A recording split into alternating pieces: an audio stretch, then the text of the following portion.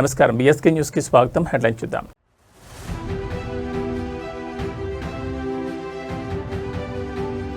ఎర్రవెల్లిలో కేసీఆర్ జీవన్ రెడ్డి కీలక భేటీ, పార్టీలో చేరే తేదీని ప్రకటించే అవకాశం.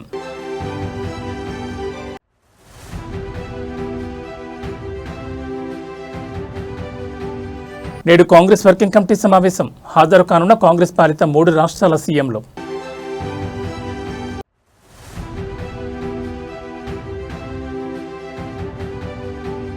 అమరావతి అభివృద్ధిపై ఫోకస్, ప్రారంభమైన ఏపీ కేబినెట్ కీలక సమావేశం.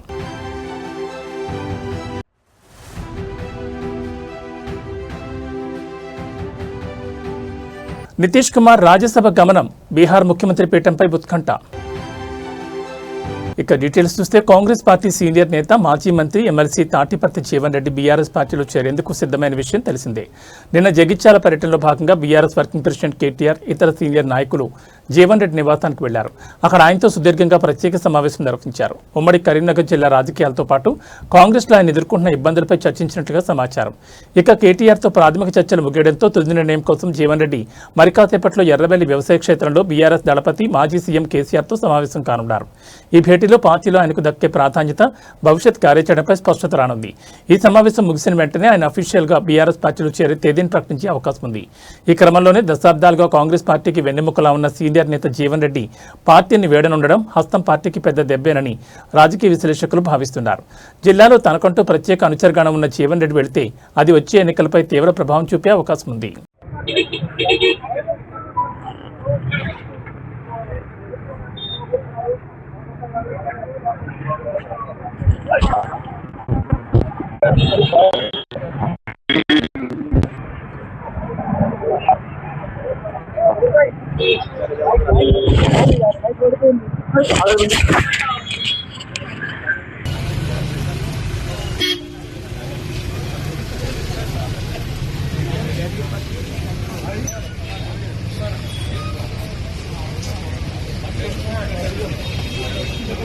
దేశ రాజధాని ఢిల్లీలో రాజకీయ సందడి నెలకొంది. కాంగ్రెస్ పార్టీ అత్యున్నత నిర్ణయాత్మక మండలి అయిన కాంగ్రెస్ వర్కింగ్ కమిటీ నేడు అత్యవసరంగా భేటీ కాబోతోంది.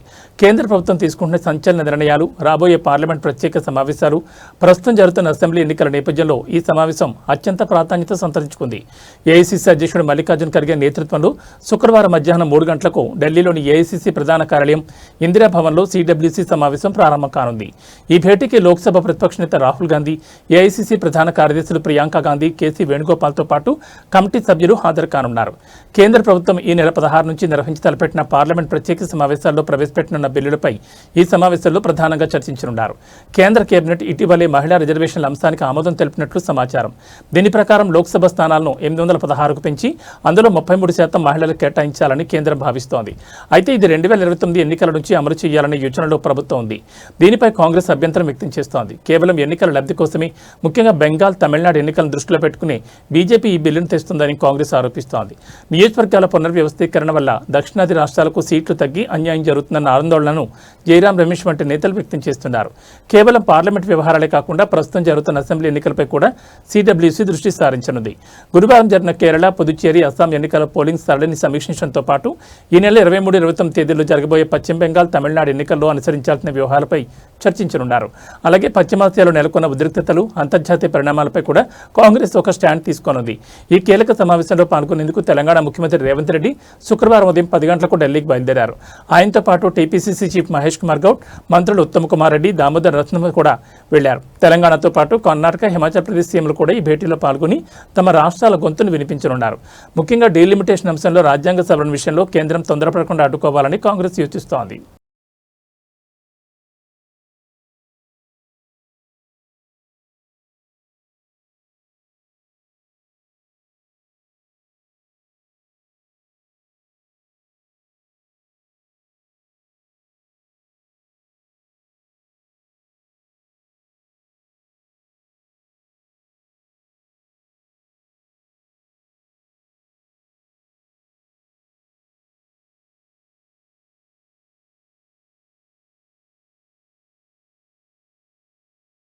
ఆంధ్రప్రదేశ్ ముఖ్యమంత్రి చంద్రబాబు నాయుడు అధ్యక్షతన సచివాలయంలో రాష్ట్ర మంత్రివర్గ సమావేశం ప్రారంభమైంది.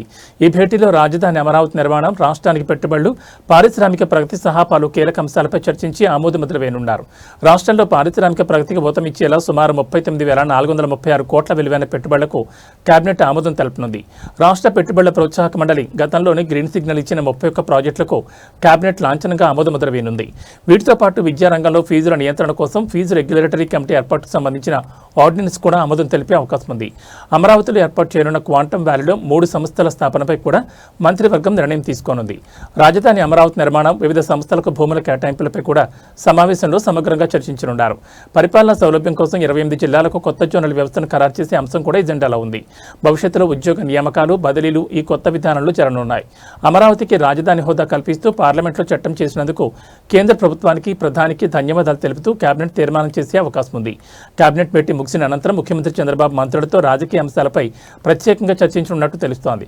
తాజా రాజకీయ పరిణామాలు, ప్రభుత్వ 2 ఏళ్ల పాలనపై ప్రజల్లోకి వెళ్లాల్సిన వ్యూహంపై ఆయన దిశానిర్దేశం చేయనున్నట్లు సమాచారం.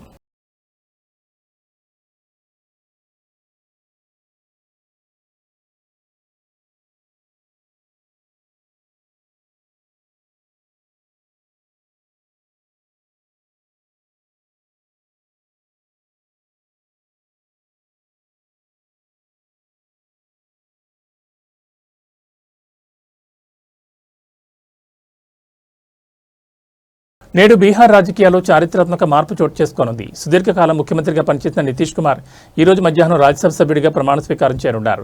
రాజ్యసభ చైర్మన్ సిపి రాధాకృష్ణన్ ఆయనతో ప్రమాణ స్వీకారం చేయిస్తారు. ప్రమాణ స్వీకారం అనంతరం నితీష్ కుమార్ ఈ సాయంత్రం ఢిల్లీ నుంచి పాట్నాకు తిరిగి వస్తారు. ఆ తర్వాత రాష్ట్రంలో కొత్త ప్రభుత్వం ఏర్పాటు ప్రక్రియ వేగవంతమవుతుంది. నితీష్ కుమార్ ఇప్పటికే మార్చి 30న తన బీహార్ శాసనమండలి సభ్యత్వానికి రాజీనామా చేశారు. ఈ రోజు రాజ్యసభ సభ్యుడిగా బాధ్యతలు చేపట్టిన వెంటనే ముఖ్యమంత్రి పదవికి కూడా రాజీనామా చేస్తారని సీనియర్ మంత్రి విజయ్ కుమార్ చౌదరి స్పష్టం చేశారు. అయితే ప్రభుత్వం మారిన పాలన మాత్రం గత 20 ఏళ్లుగా కొనసాగుతున్న నితీష్ మోడల్ ఆధారంగానే సాగుతుందని ఆయన పేర్కొనడం గమనార్హం. నితీష్ కుమార్ ఢిల్లీకి వెళ్లడంతో ఇప్పుడు బీహార్ తదుపరి ముఖ్యమంత్రి ఎవరనే దానిపై ఉత్కంఠ నెలకొంది. ఈ క్రమంలో పాట్నాలోని బీజేపీ కార్యాలయం వెలుపల ఒక్కసారిగా రాజకీయ వేడి పెరిగింది. ఉప ముఖ్యమంత్రి సామ్రాట్ చౌదరిని తదుపరి ముఖ్యమంత్రిగా ప్రకటిస్తూ వాల్మీకి సమాజ్ పేరుతో కొన్ని పోస్టర్లు వెలిశాయి. అయితే పార్టీ కార్యాలయ సిబ్బంది వెంటనే వాటిని తొలగించినప్పటికీ రాష్ట్రంలో రాజకీయ మార్పుల సంకేతాలు స్పష్టంగా కనిపిస్తున్నాయి. కొత్త ప్రభుత్వ ఏర్పాటు, నాయకత్వంపై చర్చించేందుకు బీజేపీ అధిష్టానం నేడు ఢిల్లీలో కోర్ గ్రూప్ కీలక సమావేశం ఏర్పాటు చేసింది. ఈ భేటీలో పాల్గొనేందుకు బీహార్ డిప్యూటీ సీఎంలు సామ్రాట్ చౌదరి, విజయ్ కుమార్ సిన్హాలు ఇప్పటికే ఢిల్లీ చేరుకున్నారు. ఏప్రిల్ 14 జరగనున్న ఎన్డీఏ శాసనసభ పక్ష సమావేశంలో కొత్త ముఖ్యమంత్రి పేరుపై అధికారిక ముద్రపడే అవకాశం ఉందని సమాచారం. नीतीश कुमार जो राज्यसभा का सदस्य निर्वाचित हुआ हूँ, सत्य निष्ठा से प्रतिज्ञा करता हूँ कि मैं विधि द्वारा भारत के संविधान के प्रति सच्ची श्रद्धा और निष्ठा रखूँगा। मैं भारत की प्रभुता और अखंडता अक्षुण्ण रखूँगा तथा जिस पद को मैं ग्रहण करने वाला हूँ उसके कर्तव्यों का श्रद्धापूर्वक निर्वहन करता हूँ। आपका नमन सर, प्रणाम सर। ये साइन कर। రాష్ట్రంలోని కాంగ్రెస్ ప్రభుత్వంపై ఎమ్మెల్సీ కల్వకుంట్ల కవిత తీవ్రస్థాయిలో ధ్వజమెత్తారు. ముఖ్యమంత్రి రేవంత్ రెడ్డికి అత్యంత సన్నిహితుడైన ఒక వ్యక్తి ప్లానింగ్ డిపార్ట్మెంట్లో అనధికారికంగా చక్రం తిప్పుతున్నారని ఆమె ఆరోపించారు. రియల్ ఎస్టేట్ వ్యాపారాన్ని వేధిస్తూ వారి నుంచి బలవంతపు వసూళ్లకు పాల్పడుతున్నారని కవిత మండిపడ్డారు. ప్రభుత్వం తక్షణమే ఈ అక్రమ వసూళ్లను ఆపాలని డిమాండ్ చేశారు. ఈ అక్రమాలపై తాము వెనక్కి తగ్గమని, అవసరమైతే ఎన్ఫోర్స్మెంట్ డైరెక్టరేట్కు ఫిర్యాదు చేయడానికి తెలంగాణ జాగృతి సిద్ధంగా ఉందని హెచ్చరించారు. జీహెచ్ఎంసీపై కవిత ఆసక్తికర వ్యాఖ్యలు చేశారు. అందరూ అనుకునేలా ఇది గ్రేటర్ హైదరాబాద్ మున్సిపల్ కార్పొరేషన్ కాదు, ఇది గుంపు మేస్త్రి గారి హయాంలో జరుగుతున్న మహా కరప్షన్ అంటూ ఎద్దేవా చేశారు. రాష్ట్రంలో గంజాయి వినియోగం విపరీతంగా పెరిగిపోతోందని, దీనివల్ల రోడ్డు ప్రమాదాలు పెరిగి ప్రాణాలు కోల్పోతున్నారని ఆందోళన వ్యక్తం చేశారు. శాంతి భద్రతల పరిరక్షణలో ప్రభుత్వం విఫలమైందని విమర్శించారు. పార్లమెంట్లో ఆమోదం పొందిన మహిళా రిజర్వేషన్ బిల్లులో బీసీ సబ్ కోటా ఉండాలని ఆమె డిమాండ్ చేశారు. వెనుకబడిన తరగతుల మహిళలకు న్యాయం జరిగినప్పుడే ఆ బిల్లుకు సంపూర్ణత వస్తుందని స్పష్టం చేశారు. ప్రాపర్గా పెట్రోలింగ్ లేక యాక్సిడెంట్స్ అయితే ఉన్నాయి. గంజాయితో జరిగే యాక్సిడెంట్లు విపరీతంగా పెరుగుతున్నాయి. కాబట్టి వాటి మీద ముఖ్యమంత్రి గారు శ్రద్ధ పెట్టాలని కోరుతా ఉన్నాం. అయితే విచిత్రం ఏంటంటే ముఖ్యమంత్రి గారు శ్రద్ధ ఒక డిపార్ట్మెంట్ మీద బాగా గట్టిగా పెడుతున్నారు. దాన్ని ప్లానింగ్ డిపార్ట్మెంట్ అంటారు. అయితే ఈ ప్లానింగ్ డిపార్ట్మెంట్లో ఈ సంచులు మోసే భీమ్ బాయ్ ఉంటారు ముఖ్యమంత్రి గారి దగ్గర. ఆయన పేరు చెప్పడం నాకు ఇష్టం లేదు, కానీ ఆయన కంప్లీట్గా ఆయననే ఇన్ఛార్జ్ అన్నట్టు. ఈయన చైర్మన్ ఉంటే ఆయన వైస్ చైర్మన్ అన్న లెవెల్లో వాళ్ళు చెప్తే తప్పితే పని అవ్వడం లేదు. రియల్ ఎస్టేట్ వాళ్ళందరూ కూడా వచ్చి మొత్తుకుంటున్నారు.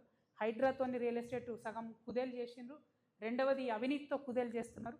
Per square feet 150 rupees up front ఇస్తే తప్ప పర్మిషన్ ఇవ్వమని చెప్పి ప్రభుత్వం రియల్ ఎస్టేట్ వాళ్ళను వేధించడం మానుకోవాలి. రియల్ ఎస్టేట్ వాళ్లకు మీరు కంప్లీట్గా ఎక్స్టార్షన్ చేస్తూ ఉన్నారు.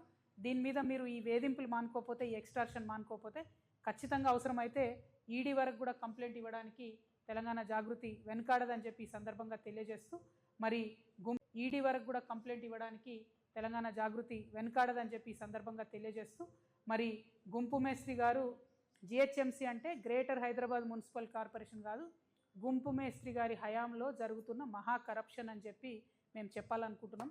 ఈ కరప్షన్ని తప్పకుండా మీరు చెక్ చేయాలి, దీని మీద ఆలోచన చేయాలి. మన హైదరాబాద్ సిటీ డెవలప్మెంట్ని పక్కకు పెట్టి ఈ అవినీతిని మీరు ఇంకా పెంచుకోవడానికి ఫ్యూచర్ సిటీని ముందుకు తీసుకొచ్చి పెడతా ఉన్నారు.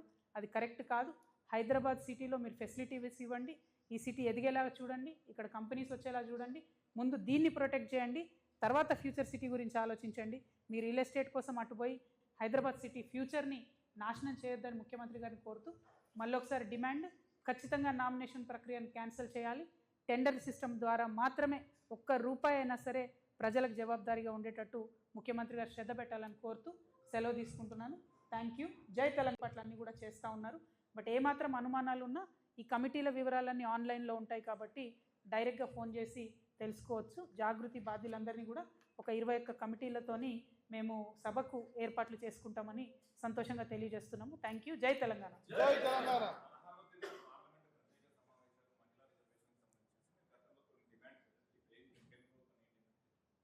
ప్రధానంగా ఒకటండి, మహిళా బిల్లు మీద పాత సెన్సెస్ని ఇప్పుడు అప్లై చేయడం అన్నది చాలా అన్యాయం. ఆల్రెడీ దీనివల్ల మొన్న జరిగిన పార్లమెంట్ ఎన్నికల్లో మహిళలకు అవకాశాలు పోయినాయి. దాదాపు 10-12 రాష్ట్రాల ఎన్నికలు జరిగినాయి, వాటన్నిటిలో కూడా మా అవకాశాలు పోయినాయి. ఇప్పుడు ఈ అవకాశాలన్నీ పోగొట్టింది 2027 సెన్సెస్ వస్తే ఆ డీటెయిల్స్తో ఏదో లాభం జరుగుతుందని మేము అనుకున్నాం. ఇంకొక ఏడాది అయితే 2027 వస్తుంది. మరి ఆ సెన్సెస్ కోసం ఆగితే డెఫినెట్గా మహిళలకు ఇంకొన్ని సీట్లు ఎక్కువ పెరుగుతాయేమో అని ఒక ఆలోచన. రెండవది, ఈ సెన్సెస్లో కులగణన చేస్తామన్నారు కాబట్టి బీసీ బిడ్డలు ఎంతమంది ఉన్నారో లెక్క పెడతారు కాబట్టి బీసీ ఆడబిడ్డలకు రిజర్వేషన్ వస్తుందేమో అని మేమందరం కూడా ఆశపడ్డాం. కానీ ఆ 2027 సెన్సెస్ వరకు ఆగకపోవడం వెనుక భారతీయ జనతా పార్టీ మరొకసారి వాళ్ళు బీసీ వ్యతిరేకులు అని చెప్పి వాళ్ళంతటా వాళ్ళే నిరూపించుకుంటా ఉన్నారు. దయచేసి బీసీ బిడ్డలు ఆడబిడ్డలు వేచి చూడొద్దు. చాలా బలంగా మనం కోరాల్సిన అవసరం ఉంది. అర్జెంట్ ఏం లేదు మనకు ఇప్పుడు సీట్ల కోసం, ఎందుకంటే మధ్యలో ఇంకొక 5-6 రాష్ట్రాల ఎన్నికలే ఉన్నాయి. 2027 తర్వాత చేస్తే సీట్స్ పెరుగుతాయి, బీసీ రిజర్వేషన్ కోసం కూడా ఫైట్ చేసే అవకాశం ఉంటుంది. కాబట్టి దానికోసం వేచి చూడాలన్నది మా ఆలోచన. బట్ 16th, 17th, 18th మేము కూడా డ్రాఫ్ట్ బిల్ వచ్చిన తర్వాత స్టడీ చేస్తాం. అవకాశం ఉంటే ఢిల్లీకి కూడా వెళ్దాం అనేటటువంటి ఆలోచనలో ఉన్నాం. తెలంగాణ జీవనాడి కాళేశ్వరం ప్రాజెక్టుకు పూర్వవైభవం తెచ్చేందుకు ముఖ్యమంత్రి రేవంత్ రెడ్డి నడుం బిగించారు. గత కొంతకాలంగా కుంగిన పిల్లర్లు, సాంకేతిక లోపాలతో నీటి నిల్వకు దూరమైన మేడిగడ్డ, అన్నారం, సుందిళ్ల బ్యారేజీల భవితవ్యంపై ప్రభుత్వం ఒక స్పష్టమైన నిర్ణయానికి వచ్చింది. వర్షాకాలం ముంచుకొస్తున్న తరుణంలో యుద్ధ ప్రాతిపదికన మరమ్మతులు చేపట్టి అన్నదాతలకు సాగునీరు అందించడమే లక్ష్యంగా సీఎం కీలక ఆదేశాలు జారీ చేశారు. కాళేశ్వరం ప్రాజెక్టులోని 3 కీలక బ్యారేజీల మరమ్మతులపై ముఖ్యమంత్రి రేవంత్ రెడ్డి తన జూబ్లీహిల్స్ నివాసంలో ఉన్నత స్థాయి సమీక్ష నిర్వహించారు. ఈ సమావేశంలో నీటిపారుదల శాఖ మంత్రి ఉత్తమ్ కుమార్ రెడ్డితో పాటు ఇరిగేషన్ ఉన్నతాధికారులు పాల్గొన్నారు. మేడిగడ్డలో కుంగిన పిల్లలతో పాటు మొత్తం బ్యారేజ్ పరిస్థితిపై సమగ్ర అధ్యయనం చేసి వర్షాకాలం ప్రారంభానికి ముందే ప్రాథమిక పనులు పూర్తి చేయాలని సీఎం ఆదేశించారు. మరమ్మతుల విషయంలో కేంద్ర సంస్థలైన National Dam Safety Authority, Central Water Commission సూచనలను తూచా తప్పకుండా పాటించాలని రేవంత్ రెడ్డి స్పష్టం చేశారు. ప్రతి చిన్న పనిలోనూ సీడబ్ల్యూసీ సభ్యులు ఉండేలా చూడాలని, నీటిపారుదల శాఖతో కలిసి ఒక ప్రత్యేక టీం ఏర్పాటు చేయాలని సూచించారు. Central water and power research station ఆధ్వర్యంలో జరుగుతున్న పరీక్షలను వేగవంతం చేసి తుది నివేదిక రాగానే శాశ్వత పరిష్కారం దిశగా అడుగులు వేయాలన్నారు.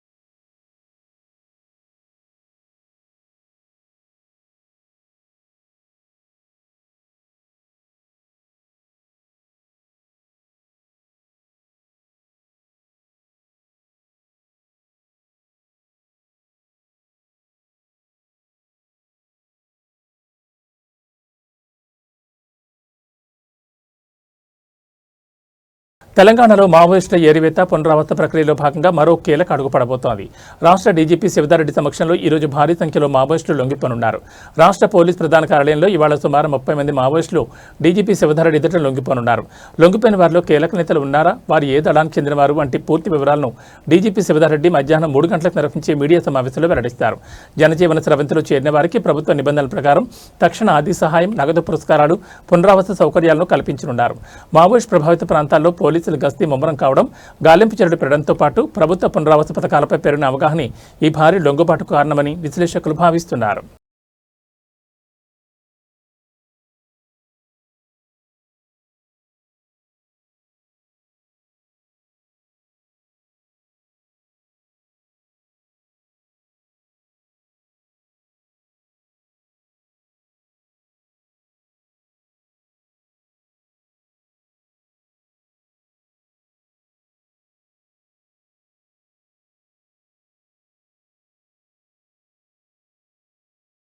తెలంగాణ రాష్ట్ర రోడ్డు రవాణా సంస్థ ఉద్యోగులకు ప్రభుత్వం శుభవార్త చెప్పింది. సంస్థలో పనిచేస్తున్న వేలాది మంది కార్మికులు ఉద్యోగుల ఆర్థిక ప్రయోజనాల దృష్టిలో ఉంచుకుని 2.1% డిఏ పెంచుతున్నట్లుగా రవాణా శాఖ మంత్రి పొన్నం ప్రభాకర్ అధికారికంగా ప్రకటించారు. ఈ నిర్ణయంతో ఆర్టీసీలో పెండింగ్లో ఉన్న డిఏల ప్రక్రియ పూర్తిగా క్లియర్ అయినట్లయింది. ఈ మేరకు 2.1% గ్రోత్తో ప్రస్తుతం డిఏ 50.7% ఉండగా 52.8% పెరగనుంది. పెంచిన డిఏ ఈ క్యాలెండర్ సంవత్సరం నుంచి వర్తించనుంది. ఇక గడిచిన 3 నెలల బకాయిలను రాబోయే 3 నెలల్లో ఒక్కో నెల సప్లిమెంటరీ బిల్లుల ద్వారా ప్రభుత్వం చెల్లించనుంది.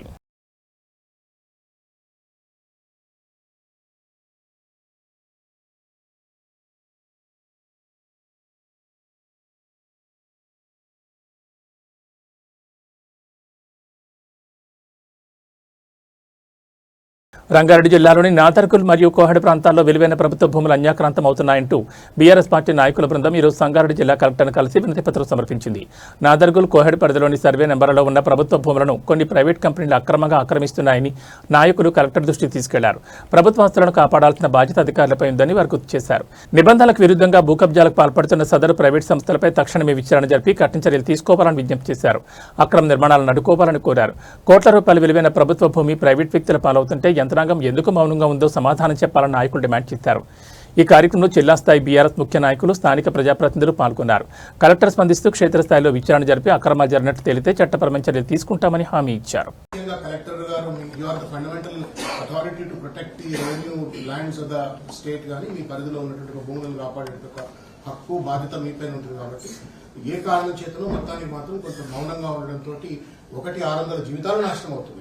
2 దాదాపు 7,000 కోట్ల రూపాయల విలువైనటువంటి భూములను అప్పనంగా ఇవాళ చట్టాలతో పరిమితం లేదని, సంబంధం లేదన్నట్టుగా, కోర్టు తీర్పులు గౌరవం లేదన్నట్టుగా ఇవాళ ఆ భూములను కబ్జా చేయాలని చెప్పి ప్రయత్నం చేస్తా ఉన్నారు. ప్రభుత్వం పెద్ద ఎత్తున ఒక మ్యూట్ స్పెక్టేటర్ మాదిరిగా ప్రేక్షక పాత్ర పోషిస్తా ఉంది. పరోక్షంగా వాళ్లకు మద్దతు ఇస్తున్నట్టుగా కనబడతా ఉంది. కాబట్టి దయచేసి we have a constitutional obligation, మీకు కాన్స్టిట్యూషనల్ ఆబ్లిగేషన్ ఉంది, రాజ్యాంగ నిబద్ధత ఉండాలి, చట్టాన్ని కాపాడే బాధ్యత మీపైన ఉంటుంది. కాబట్టి ఆ భూమును దయచేసి కాపాడాలని చెప్పి కోరుకుంటూ మేము అంటే చాలా డీటెయిల్ గా రిప్రజెంటేషన్ ఉంది, మీరు చదివితే మీకు I'm sure you will understand where things went wrong. ఇవాళ as on date sir any common sense point ఒకటే, సుప్రీంకోర్టులో కేసు పెండింగ్ ఉన్న తర్వాత నా భూమి అని చెప్పని ప్రైవేట్ వాడు కొట్లాడతాడు, నా భూమి అని చెప్పని ప్రభుత్వం కొట్లాడుతుంది. ఏ బేసిస్ మీద షెడ్లు వేసుకుంటుంటే ప్రభుత్వం మ్యూట్ స్పెక్టేటర్ గా ఉంటుంది అనేటువంటిది ఎవరికి అంతుపట్టినటువంటి ఒక పెద్ద ప్రశ్న. అదొకటి. మేమేం కోరుతున్నామంటే బేసిక్ గా మీకు కోరేది ఒకటే అండి, ఇమీడియట్ గా ఆ స్థలాల్లో నుండి ఆల్ఫా ఎస్టేట్స్ కానీ, ఒమేగా డెవలప్మెంట్ వెంచర్స్ కానీ, కోహినూర్ కంపెనీ కానీ వీళ్ళందరినీ కూడా ఇమీడియట్ గా అక్కడ నుండి ఎవిక్ట్ చేయండి. Considering the matter is subsidised in supreme court. Number 1. Number 2, తర్వాత వాళ్ళు సుప్రీం ల్యాండ్ సీలింగ్ చట్టాలను ఏది కూడా గౌరవించకుండా దాన్ని క్లెయిమ్ చేస్తున్నారు. కాబట్టి దయచేసి వాళ్ళని ఇమీడియట్ గా అక్కడి నుంచి ఎవిక్ట్ చేయమని చెప్పని కోరుతా ఉన్నాము. తర్వాత ఈ 600 మంది రైతులు ఎవరైతే ఉన్నారో, రైతులు కాపాడటం మనం ముఖ్యమైనటువంటి ఒక ఆబ్జెక్టివ్. కాబట్టి 600 రైతులకు ఫిజికల్ పొజిషన్ ఇప్పియండి, ఇది మా యొక్క అభ్యర్థన మీకు. తర్వాత వాళ్ళందరికీ కూడా పట్టాలు, వాళ్ళు ఏళ్ల తరబడి వాళ్ళు అక్కడ కూర్చొని వాళ్ళ రైతులు పాపం అందులో అంతా పేద కులాలకు సంబంధించిన వాళ్ళు ఉన్నారు. బీసీలు, ఎస్సీలు, ఎస్టీలు, పేదోళ్ళు, పెద్ద మనుషులు, పేదోళ్ళు, ఏళ్ల తరబడి అక్కడ ఉన్నవాళ్ళు. వాళ్ళకు మీరు ల్యాండ్ ట్యాక్స్లు తీసుకున్నారు, వాళ్ళకు మీరు కరెంట్ కనెక్షన్స్ ఇచ్చినారు, వాళ్ళకు మీరు బోర్లు వేయించుకుంటే పర్మిషన్ ఇచ్చినారు. అన్ని ఇచ్చిన తర్వాత ఇవాళ మీ భూమి కాదని చెప్పని వాళ్ళు నిలబడితే వాళ్ళు ఎక్కడికి పోవాలా? అనాథలు అయిపోయి వాళ్ళు ప్రేతాత్మకులుగా తిరిగేటువంటి పరిస్థితి ఏర్పడుతుంది. కాబట్టి వాళ్ళకి పట్టాలు కూడా ఇవ్వాలని చెప్పని మేము కోరుతా ఉన్నాం. హైదరాబాద్ కమిషనరేట్ పరిధిలో రౌడీ షీటర్లపై పోలీసులు ఉక్కుపాదం మోపుతున్నారు. నగరంలో పలుచోట్ల రౌడీల ఆగడాలు మితిమీరిపోతున్నాయి. ఈ నేపథ్యంలో నగర పోలీసులు పోలీస్ కమిషనర్ సజ్జనార్ ఆదేశాలతో రంగంలో దిగిన పోలీసులు రౌడీ షీటర్లకు డ్రగ్ టెస్టులు నిర్వహిస్తున్నారు. హైదరాబాద్లో ప్రస్తుతం 1300 మందికి పైగా రౌడీ షీటర్లు ఉండగా 250 మందికి పైగా డ్రగ్ టెస్టులు నిర్వహించారు. ఇందులో 190 మందికి గంజాయి పాజిటివ్ వచ్చినట్లు పోలీసులు నిర్ధారించారు. ఎవరైనా గంజాయి సరఫరా చేసినా కొనుగోలు చేసినా కఠిన చర్యలు తీసుకుంటామని పోలీసులు హెచ్చరిస్తున్నారు. ముఖ్యంగా యువత, విద్యార్థులు గంజాయి బారిన పడి విలువైన జీవితాలు నాశనం చేసుకోవద్దన్నారు. మత్తు పదార్థాలకు దూరంగా ఉండాలని సూచించారు.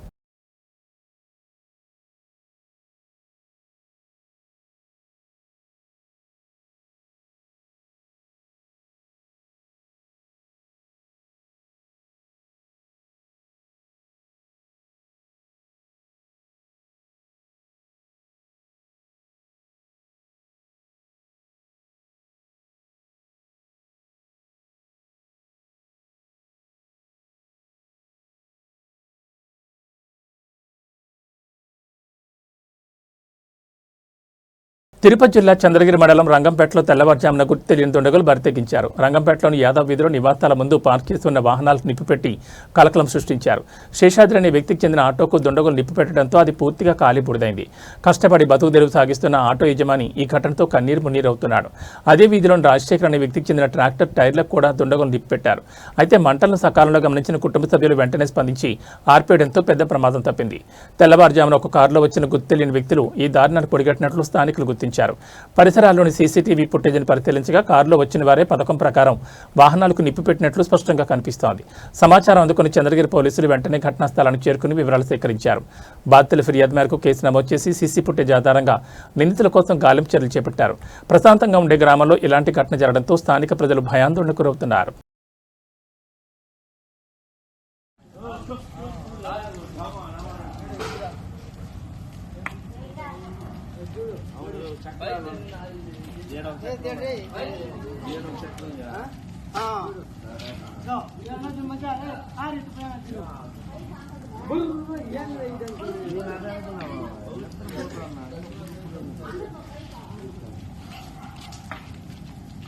మద్యం మత్తులో విజ్ఞత మరిచిన కొందరు యువకులు నడి రోడ్డుపై వీరంగం సృష్టించారు. Warangal mills colony police station పరిధిలోని శంభునిపేటలో ఒక వైన్ షాప్పై ఆకతాయిలు విచక్షణారహితంగా దాడికి తెగబడ్డారు.